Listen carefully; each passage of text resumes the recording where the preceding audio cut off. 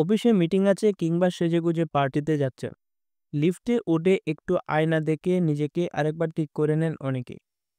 কিন্তু তাই বলে যদি ভাবেন লিফটে আয়না শুধু ড্রেসিং টেবিলের কাজ সারে, তবে সেটি হবে আপনার ভুল ধারণা। লিফটে আয়না রাখার পেছনে আরও অনেক গুরুত্বপূর্ণ কারণ রয়েছে।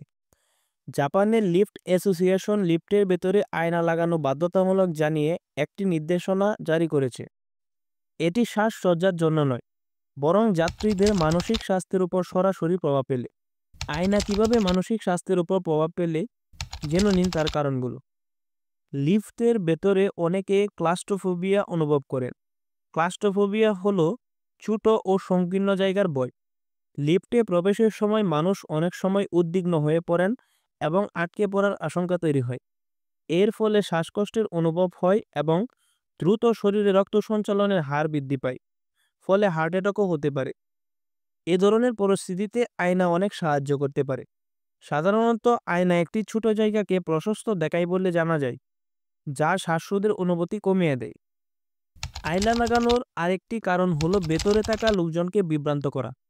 সাধারণত বহুতল ভবনে লিফট স্থাপন করা হয়, যার অর্থ হলো লিফটে চড়ে গন্তব্যে পৌঁছতে অনেক বেশি সময় ব্যয় হবে।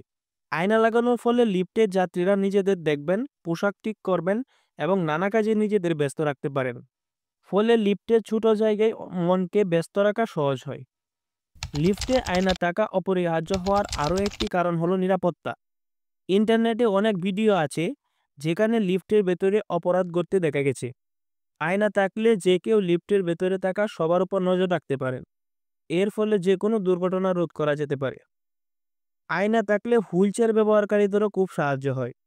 লিফটের ভেতরে এগিয়ে আসতে বা পিছিয়ে যাওয়ার প্রয়োজন হলে আয়না দেখে খুব সহজে তারা পেছনে কতটা জায়গা আছে তা বুঝতে পারেন। যে কোনো সন্দেহজনক কার্যকলাপের দিকে নজর রাখাও সম্ভব হয়। যাদের অফিস বহুতলের উপরে, অনেকটা সময় তাদের লিফটে কাটাতে হয়। সেই সময়টা যদিও এমন বেশি কিছু নয়, তা সত্ত্বেও ওই সময়টুকুই তাদের কাছে লিফটে থাকাটা বিরক্তির হয়ে দাঁড়ায়। কারণ ভিতরে চুপ করে দাঁড়িয়ে থাকা ছাড়া আর করার কিছুই থাকে না। আর এই একঘেয়েমি কাটাতে আয়নার তুলনা হয় না।